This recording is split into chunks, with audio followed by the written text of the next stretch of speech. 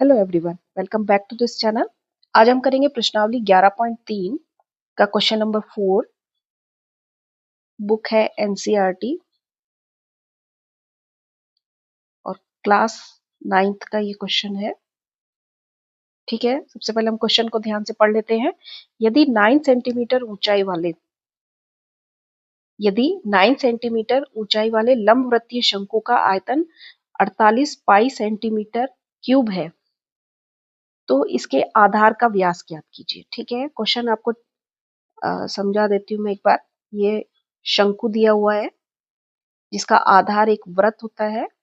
ठीक है, इसकी ऊंचाई, ये वाली ऊंचाई यहां से लेके इस वृत्त के सेंटर तक की ऊंचाई दे रखी है 9 सेंटीमीटर। ठीक है, और इसका आयतन हमें दिया हुआ है 48 पाई सेंटीमीटर क्यूब, या आप इसको कह सकते हैं घन सेंटीमीटर। ठीक है, तो इसके आधार का व्यास ज्ञात कीजिए। ये एक इसका वृत्त होता है और ये वृत्त की त्रिज्या होती है जिसको हम r से डिनोट करते हैं।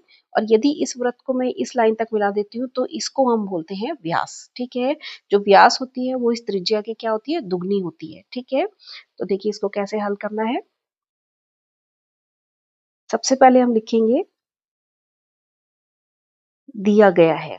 ठीक है, क्या दिया गया है आपको, शंकु की ऊंचाई जिसे हम h से डिनोट करते हैं और वो आपको दी हुई है 9 सेंटीमीटर। ठीक है, उसके बाद आपको दिया हुआ है शंकु का आयतन।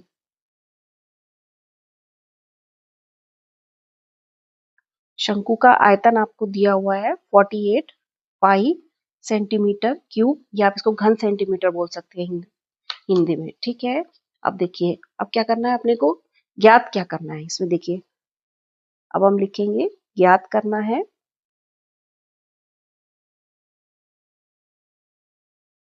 शंकु के आधार, जो कि एक वृत्त है, ब्रैकेट में आप वृत्त लिख देते हैं, शंकु के आधार का व्यास। ठीक है, अब आप देखिए। ठीक है, तो देखिए हम जानते हैं कि शंकु के आयतन का फॉर्मूला। ठीक है, पहले हम लिखेंगे शंकु के आयतन का फॉर्मूला होता है 1/3 पाई r का स्क्वायर और h। ठीक है, ये शंकु का आयतन होता है और ये शंकु का आयतन आपको दिया हुआ है और ये हम फॉर्मूले से निकालते हैं। तो ये दोनों आयतन है तो दोनों को हम क्या करेंगे, बराबर कर देंगे। ठीक है, तो ये 3 पाई r स्क्वायर h जो फॉर्मूला होता है और जो हमें क्वेश्चन में दिया हुआ है वो है 48 पाई। ठीक है, अब क्या करेंगे, अब हम क्या करेंगे, इसमें ऊंचाई h की वैल्यू रखेंगे और यहाँ पे r को क्या है अकेला कर देंगे, बाकी जितने भी इसके गुणा भाग में है उसको हम क्या कर देंगे, पक्षांतरण कर देंगे। ठीक है, तो 1/3 पाई r स्क्वायर आपको ज्ञात करना है जो कि आधार के वृत्त की त्रिज्या है। ठीक है, h आपको दिया हुआ है 9 सेंटीमीटर। ठीक है, अब देखिए इसको कैसे सरल करना है। देखिए r स्क्वायर को मैं अकेला कर दूंगी और जो इसके भाग में है वो इसके गुणा में चला जाएगा,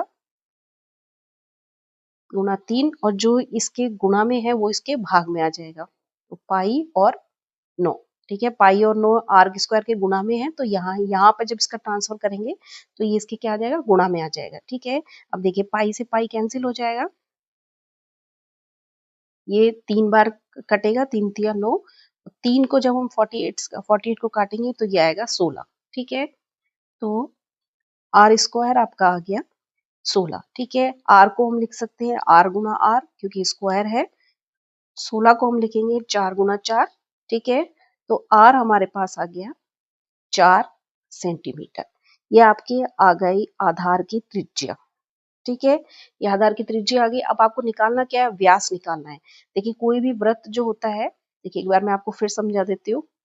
ये वृत्त होता है, ये इसका केंद्र होता है, तो केंद्र से परिधि की जो दूरी होती है वो r होती है, त्रिज्या बोलते हैं जिसको। और इसी को सीधे बढ़ाते हुए केंद्र से जाते हुए अगर दूसरी बार यदि इसको परिधि से मिलाते हैं तो ये पूरा क्या हो जाता है, इसका व्यास कहलाता है। ठीक है। तो व्यास जो होता है वो त्रिज्या का क्या होता है, दुगना होता है। ठीक है, तो हम निकालेंगे अतः शंकु के आधार, जिसको हम वृत्त मानते हैं, जिसको वृत्त होता है एक आधार का व्यास, जो कि क्या होता है, 2 गुना त्रिज्या। वो त्रिज्या का क्या होता है, दुगना होता है। ठीक है, 2 और त्रिज्या हमने निकाली है 4, तो ये आएगा 4 दूनी 8 सेंटीमीटर। ठीक है, तो ये आ गया इसका आंसर। ठीक है, ओके, थैंक यू।